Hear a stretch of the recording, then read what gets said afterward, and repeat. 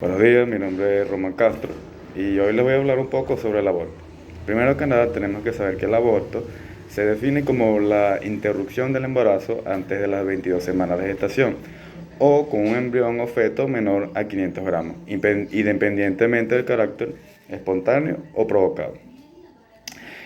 Esta se clasifica de la siguiente manera. Tenemos primero según su intencionalidad. Aquí se divide en aborto inducido y aborto espontáneo. El aborto inducido es el resultante de maniobras directas destinadas a interrumpir el embarazo.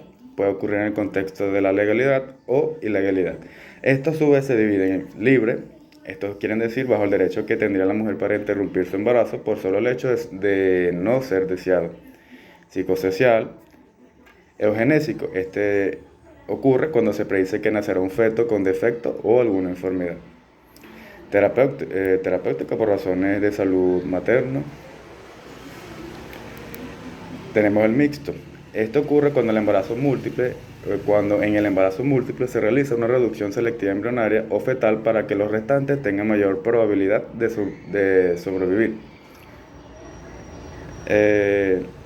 Ético, cuando el embarazo es fruto de una agresión sexual.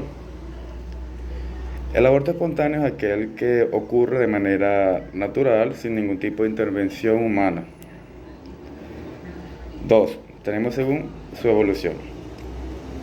Según su evolución tenemos amenaza de aborto. Esta se caracteriza por menstruorragia escasa, acompañada o no de dolor en el hipogastrio tipo cólico. Tenemos el aborto inminente o inevitable, caracterizado por la irreversibilidad del proceso, es decir, esto es irreversible.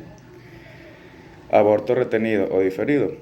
Este es aquel aborto en el que persiste el producto de la concepción tras la interrupción del embarazo.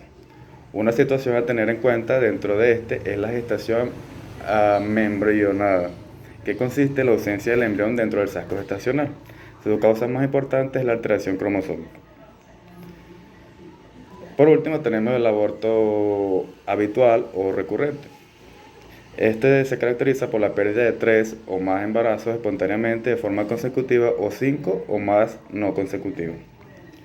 Tercero, según su terminación. Aborto completo. Este es cuando el producto de la concepción es expulsado en su totalidad, como lo dice su nombre. El aborto incompleto, cuando el producto de la concepción no es expulsado en su totalidad, quedando restos abortivos dentro de la cavidad uterina. Cuarta, según su edad gestacional. Tenemos el aborto bioquímico o preclínico. Este es la interrupción de la gestación después de la anidación y antes de la identificación ecográfica del saco gestacional. Aborto clínico. Ocurre posterior a la gestación del saco gestacional. Se divide en embrionario de las 6 a las 8 semanas gestacionales o fetal de las 10 a las 22 semanas gestacionales. Y por último tenemos según las consecuencias. Tenemos el aborto no complicado y el aborto complicado. En el aborto complicado se caracteriza o se presenta en lo que es el aborto séptico, hemorragias, infecciones, entre otros. Aprovechando que nombre el aborto séptico, les voy a explicar un poco qué es. El aborto séptico es la infección del útero y o de los anejos que se presentan tras un aborto. La infección tras aborto es un proceso ascendente y puede estar causado por una cervicovaginitis preexistente, por retención de restos abortivos que se sobreinfectan en el caso de aborto provocado por una perforación del útero o otras estructuras o por mala técnica aséptica. Es una infección polimicrobiana en relación con la flora vaginal endógena y suele aislarse el E. coli, Enterobacter aerogenes, Proteus vulgaris, Streptococcus hemolíticos como estafilococos y anaerobio. Este se caracteriza por presentar un cuadro clínico definido por la aparición de fiebre, escalofrío y dolor abdominal después del aborto. En la exploración destaca la presencia de hemorragias, leucorrea de aspecto purulento y aumento del tamaño uterino, que muestra una consistencia blanda con dolor a la movilización cervical, pudiendo palparse una masa anexial dolorosa. Clasificación. del aborto séptico. Este se clasifica en 3 grados. Tenemos que el grado 1 es cuando la infección se limita a la cavidad uterina. El grado 2 es cuando existe una extensión a los anexos o tejido celular parauterino. Y el grado 3, extensión fuera de la pelvis, cuando ya la infección se va más allá de la pelvis. El 50%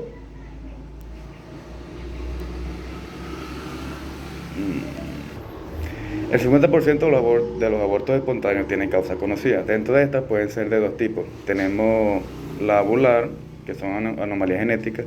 Esta es la causa más común y corresponde al 50 al 70% de los casos. También tenemos maternas anatómicas. Estas corresponden solo al 25% de las pérdidas reproductivas, destacando por frecuencia el útero tabical. También existen otras razones como son endocrinas, infecciosas, inmunológicas, ambientales e iatrogénicas. En las inmunológicas podemos nombrar las principales causas, pero tendríamos los anticuerpos y síndrome antifosfolipídico, anticuerpos antinucleares y antitiroideos. En los ambientales tenemos lo que es el consumo de alcohol, de café, de tabaco, de tóxicos químicos, exposición a radiaciones, traumatismo y también la edad materna. El cuadro clínico de un aborto, la hemorragia es el signo más frecuente de todas las formas clínicas del aborto, variando desde un discreto spotting asintomático a un cuadro de shock. La presencia de dolor hipogástrico y contracciones no es constante.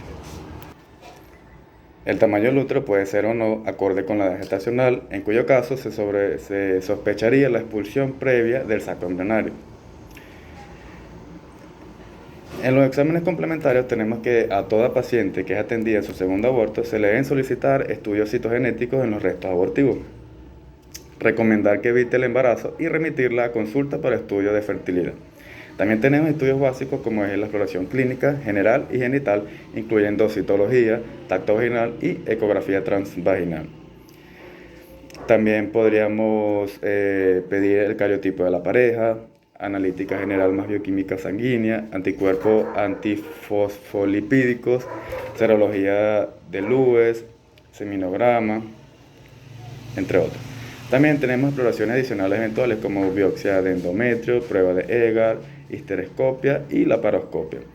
También se podría pedir una TSH, T4, cultivos cervicales o endometriales, curva de glicemia e insulina, estudios genéticos con técnica de Fish, entre otros.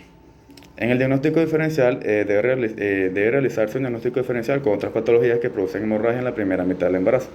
Entre ellas tenemos lesiones malignas o benignas del tracto genital inferior. Toda lesión observada debe ser adecuadamente investigada, incluyendo colposcopia y biopsia. También tenemos en el diagnóstico diferencial podemos incluir lo que es extensión molar. La ecografía y la determinación de los valores circundantes de la HCG beta, siempre mayores de 100.000 mini unidades internacionales por milímetro, resultan determinantes para el diagnóstico, cuya determinación definitiva es anatomopatológica. Y por último, también podremos nombrar lo que es el embarazo ectópico. En caso de que no se observe gestación intrauterina ecográficamente, la cifra de la HCG beta sanguínea y su evolución posterior nos permitirá orientar el diagnóstico. Eso es toda mi exposición. Espero sea de su agrado. Muchas gracias.